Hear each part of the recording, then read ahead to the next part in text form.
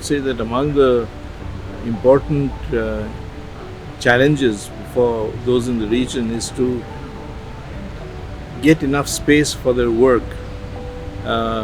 in the larger context, in the larger framework of what's called metro media. The second thing is to be able to do their work professionally and without fear or intimidation. And I think another one which is significant is to so that they should be also deeply knowledgeable about each other and each other's regions and issues.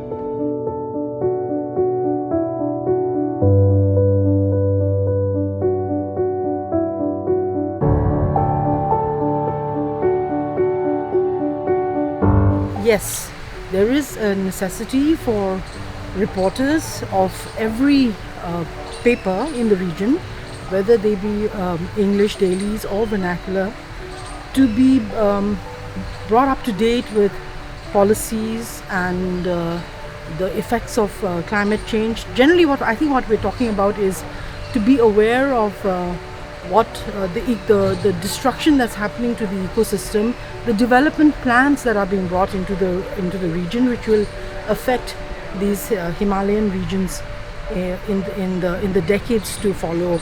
So I think there is need, a great deal of need for sensitization of journalists to potential environmental disasters in the region.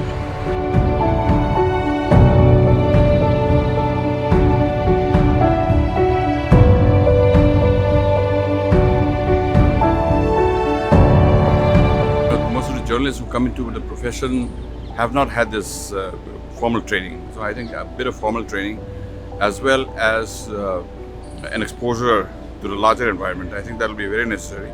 In fact, will be very good for the Northeast journalists, as it is it's a very poorly paid profession, first of all, and also poorly trained in many ways, that people actually train on the job, and that can be not very good always, that you come in there prepared. That can actually prepare your way ahead and also to do a better job.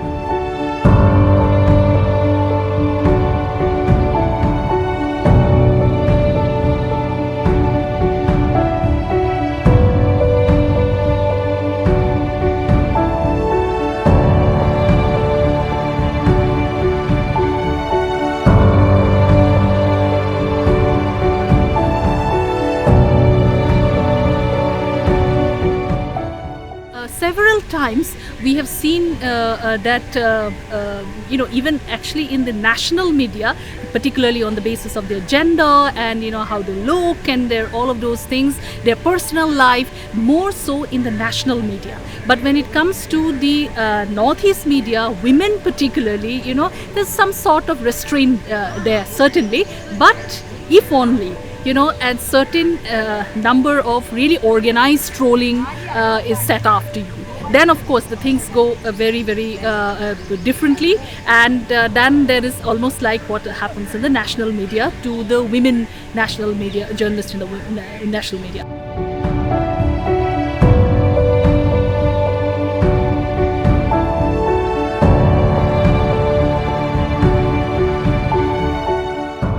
All media organizations ought to invest in training of their reporters, even of the desk people, because sometimes reporters come in and bring stories with a lot of emotions.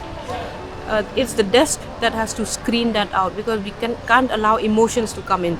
We have to be very objective, empathetic, yes, but not leaning right or left or leaning to any community, because ours are small communities. And very often reporters belong to those communities, and they tend to look at an event from the prism of that community and have all their sympathies for that community to the point that they lose objectivity. So that's very, very important part of media training.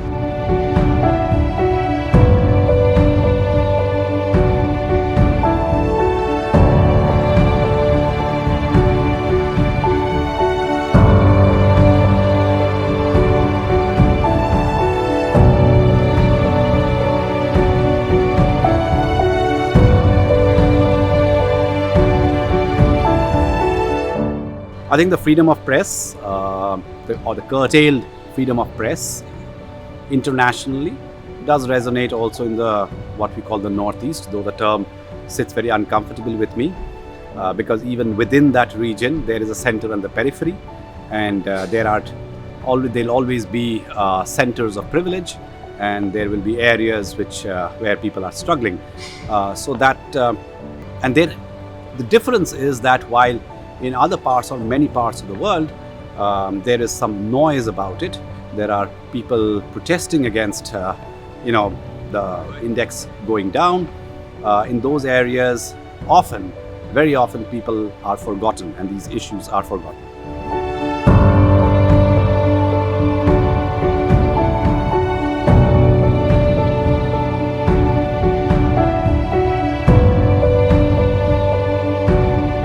We need to address these issues is essentially by dissemination and enabling people to learn more, not just within the Northeast but across the country, especially media, on the challenges that journalists and media professionals face in the region, and how they think through the stories of resilience that we are talking about, how these can be learning tools for essentially strengthening quality journalism as well as professionalism and safety.